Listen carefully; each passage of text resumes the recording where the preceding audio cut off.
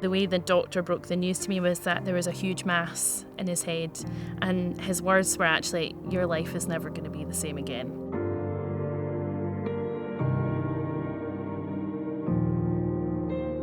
I would never, ever have known that there was anything wrong with him. The scan showed that it was like an orange-sized brain tumour on his front left lobe, and they said if he hadn't come into hospital that he would have died. So they wanted to straight away get him into surgery. So I had a phone call after 7 hours of kind of waiting to hear from the doctors, and they just said, "Oh, Matthew's up and having a cup of tea and some pudding." And I just couldn't believe it. He was just like a miracle. He was doing so well.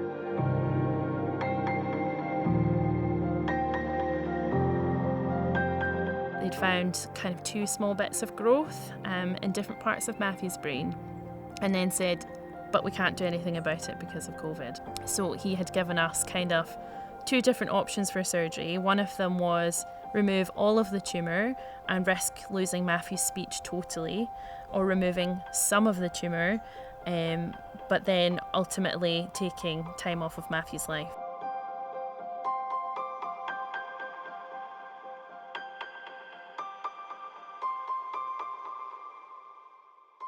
Where we wanted Matthew to die essentially was my last decision that I had to make on behalf of both of us. The really difficult part is knowing that there isn't enough treatments, there isn't a cure, and that is a very difficult thing to come to terms with.